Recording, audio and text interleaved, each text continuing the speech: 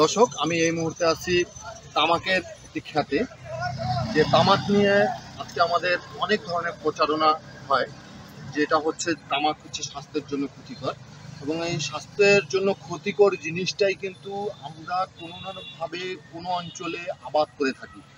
তাহলে এই যে তামাক নিয়ে যে কথাগুলো উঠে আমাদের বিভিন্ন ফোরামে, বিভিন্ন সেমিনারে, যে তামাক বিরোধী আন্দোলন, অ্যাকচুয়ালি তামাক বিরোধী আন্দোলন কি ফোরামে বা হচ্ছে মিটিং সেমিনারেই কি সীমাবদ্ধ?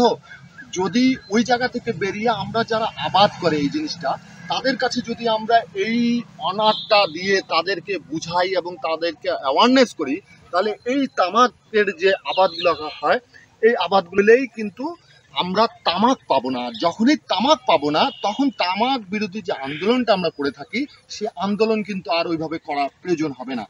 আমাকে চিন্তা করতে হবে, থিম, আমার মাইন্ড কনসেপ্ট আমাকে নিয়ে আসতে হবে, যে যে জিনিসটা যেখান থেকে উৎপত্তি, সেখানে গিয়ে যদি আমি সেই রিলেটেড বিরোধী কাজ করি, তখনই সেখান থেকেই এটাকে মানে শেষ করা বলা যায়, বা তার বিরোধিতা করা, এগুলো বলা যেতে পারে।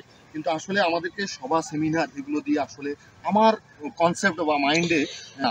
কারণ যারা সভা সেমিনারে থাকেন, ওনারা তো আসলে তামাকের বিরোধিতা করলেও আসলে ওনারা তো তামাক কোথায় আবাদ হয়, কোন অঞ্চলে আবাদ হয়, সেই মানুষদেরকে কিন্তু আমরা সভা সেমিনারে ডাকি না। অনেক সময় যদিও ডাকি, সেটা হয়তো সামান্য কিছু মানুষকে ওই অঞ্চলে ডেকে হয়তো দু চারটা ব্রিফিং দেয়। ব্রিফিং দেওয়ার পরে সেটা কিন্তু ওই পর্যন্তই সম্ভবত থাকে, হয়তো বা ইমপ্লিমেন্টেশনের জায়গাটা 2-4 10 দিন হয়ে থাকে, কিন্তু পরবর্তীতে আবার এই অবস্থায় যদি আমরা থাকি, তাহলে এখান থেকে বেরিয়ে আসতে পারবো না।